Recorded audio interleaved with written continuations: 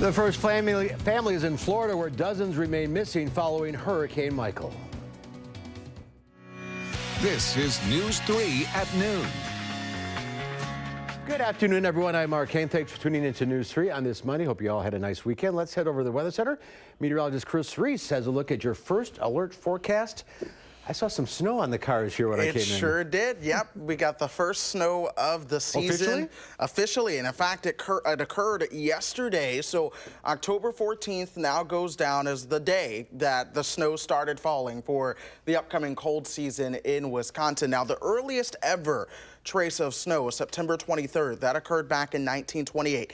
The average is October 25th. So we're about 11 days or a week and a half earlier than normal on getting the first flakes to fall. But here's the radar loop of just how that all kind of came through last night. It wasn't truly all that healthy of a band that came through, but nonetheless, it was enough to put down some snow on the ground a little bit. It wasn't enough to be measured, but you noticed it on the roofs, a little bit of the grass, and especially the cars. But that snow is long gone out of here. We now have a lot of clear skies out there. No rain or snow over the south central Wisconsin area as of now. Temperatures this morning did start out at 33 degrees here in town. We've now warmed up 6 degrees to 39. We do have some 40s showing up to our south, mid-30s as you work your way further to the north. But we have wind still coming out of the northwest at 10 miles per hour behind that cold front, along with some cloud cover out there that's going to help keep things a little bit cooler going through the day. So we'll only top out right around 43 degrees. Tonight, we'll see those overnight lows towards the freezing mark once again, but then we're going to keep our eyes on what's to come in our forecast. More sunshine, more rain, or more snow chances. It's all a big question, but I'll answer that coming up in just a bit, Mark. It's a little early for all of this. It is early, but you know what? Weather is weather, so I guess we'll take it. What else are you going to do? I know, right? All right, Chris, we'll see you in a few minutes. Sounds good. Topping the news today, President Trump is in Florida right now to look at the damage left behind by Hurricane Michael. He and the First Lady will then visit damage in Georgia before returning home. Dozens of people are still missing in the Florida Panhandle, with about 30 unaccounted for in the hard-hit town of Mexico Beach. Crews are digging through rubble there, trying to find any survivors. Residents in areas like this are relying on airdropped food and water. 19 people in 4 states have died as a result of Michael. The president also spoke on the phone with the King of Saudi Arabia this morning. The United States is pushing to find what happened to missing Washington Post journalist Jamal Khashoggi. He was last seen entering the Saudi consulate in Turkey about 2 weeks ago, but the Saudis deny having any knowledge of his whereabouts.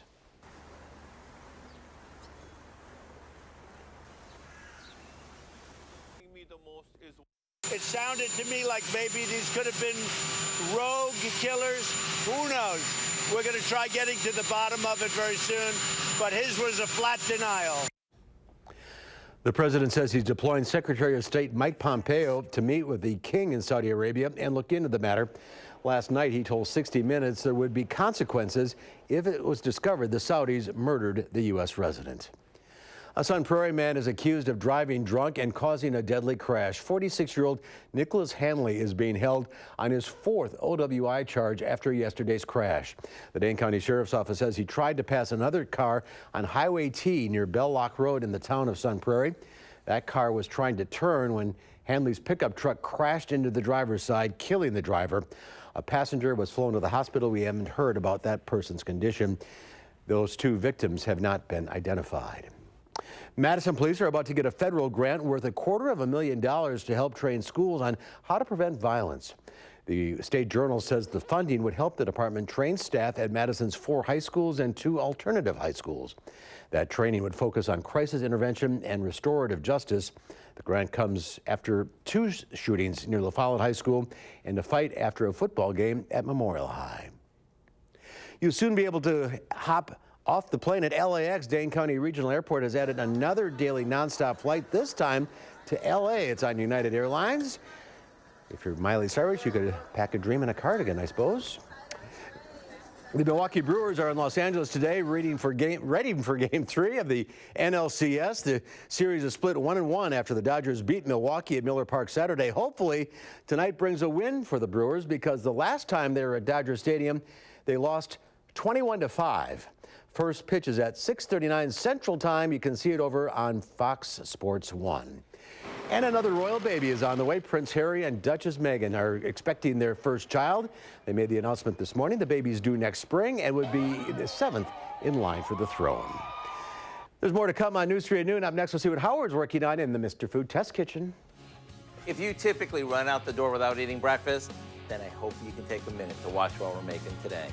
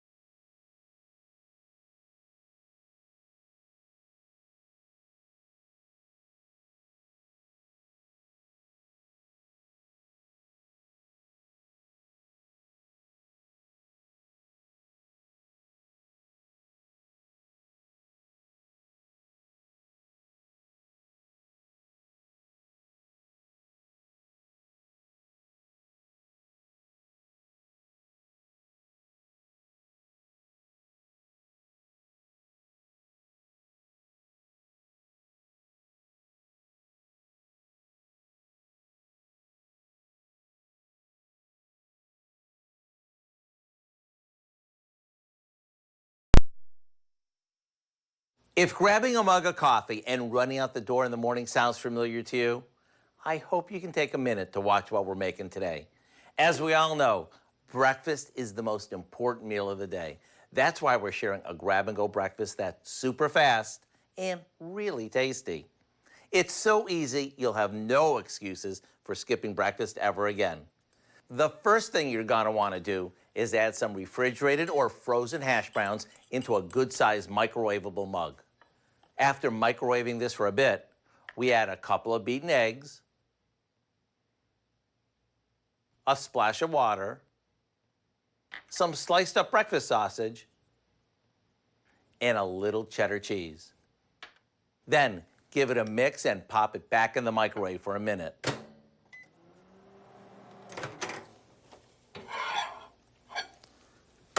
Okay, after a quick stir, more cheese goes on top, and we microwave it just long enough for the eggs to set and the cheese on top to melt. This is one of those recipes that has no rules. Want to add crumbled bacon or a veggie? Go for it. Once it's done, grab a fork and go. Just wait until you get the taste of this all-in-one breakfast. It's amazing.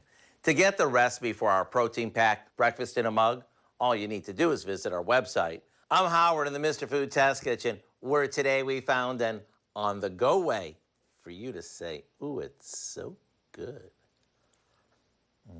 All right, Howard, thank you. Now is the time to start thinking about your plant and garden questions. Plus, the sun is welcome sight here in southern Wisconsin. Chris Reese has our first alert forecast right after the break.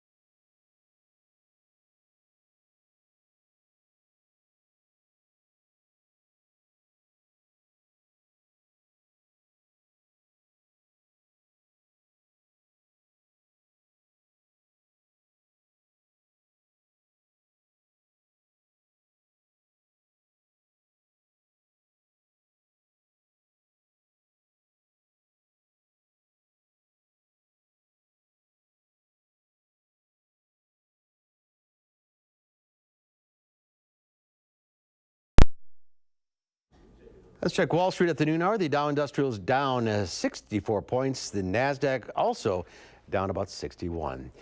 Let's check in now with Q106 from Dr. Pam Yankee. I didn't think you'd be here today.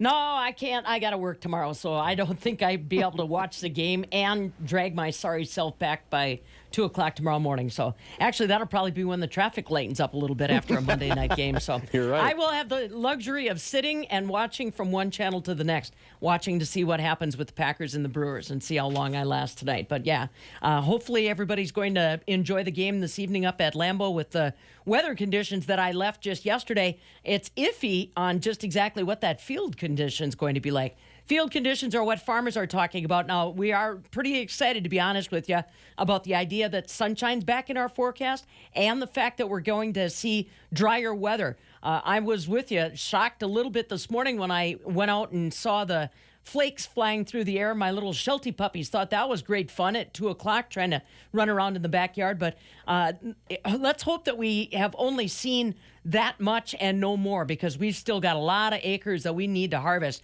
I know that over the weekend in some areas where the fields are dry enough, they took after the corn, getting some moisture levels back that are still in that 22, 23%.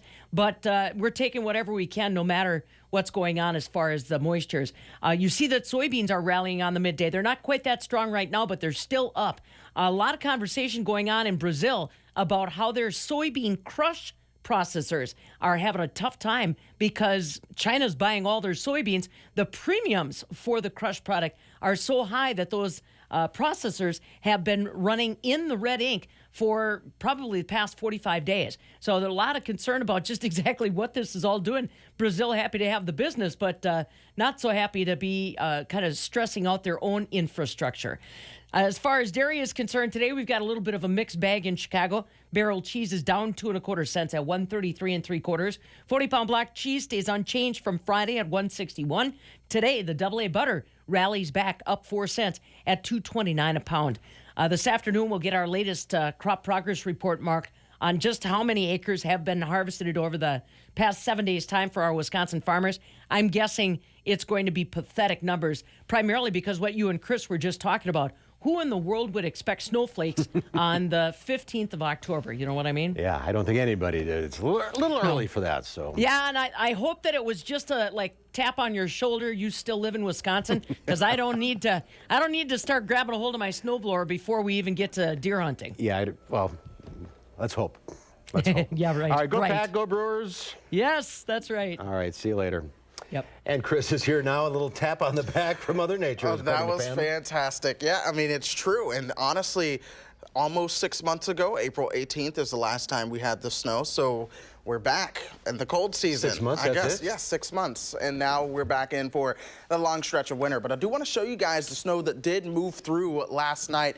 It wasn't really all that healthy of a band. Could you imagine what we'd be talking about if that entire band had been filled in with some snow? But thankfully it was broken and kind of weak in nature as it worked its way on through here. Now that snow is long gone, but the snow didn't come through without setting records. We set 2 new snowfall records. That was a trace, and that trace is for October 14th, and just in, that is also for today, October 15th. Now, normally, we don't see our first trace of snow until we get you towards October 25th. The first measurable snow usually comes around November 5th, so we're not too far away from that possibility either. We'll see how that plays out.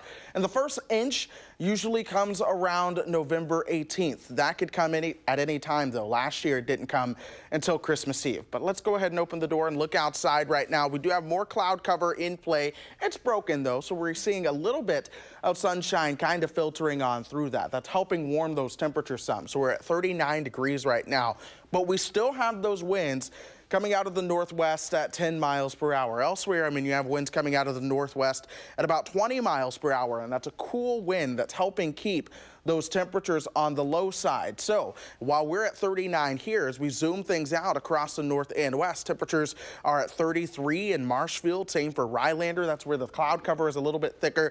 37 in Eau Claire, and we continue to get a little bit cooler the farther north and west that we do go.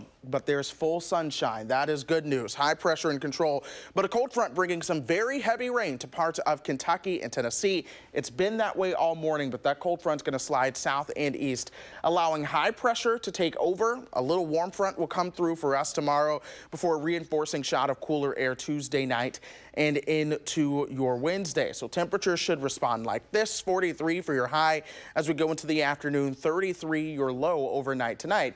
But then tomorrow, we'll see those temperatures returning into the 50s for those highs before we kind of go on a minor roller coaster ride with temperatures staying below average through the next 10 days. So over the next 10 days, we will have several shots of cooler air kind of coming into the eastern half of the country. And that's the reason that we're likely going to see temperatures below average for the next 8 to 14 days. But we're also going to be drier than average for the next 8 to 14 days as well. And that's the kind of recipe you actually want to see for some good fall colors around here. The problem is with the sun angle declining, they are peaking already. So you have a numbered amount of days to head up north and catch those fall colors. Here in Madison, will likely peak within the week, if not by the end of this week. But expect plenty of sunshine as we go through the next 7 to 10 days. Temperatures will be in the 40s and 50s for highs. Most lows will be in the 30s overnight.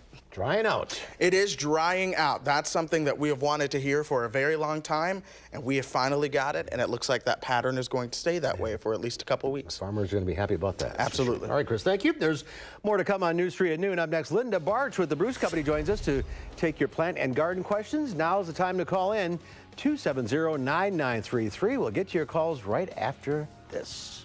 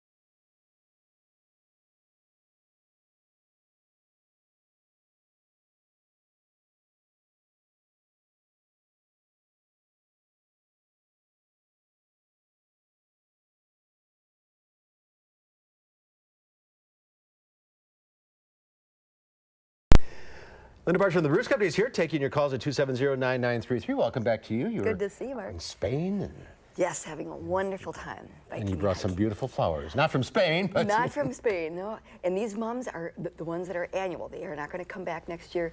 But if you plant this cute little aster, the purple one behind it, that is a perennial that will survive. So that says autumn. yes, it does, doesn't it? All right, we got lots of calls, so let's start with Faith in Middleton. Hi, Faith.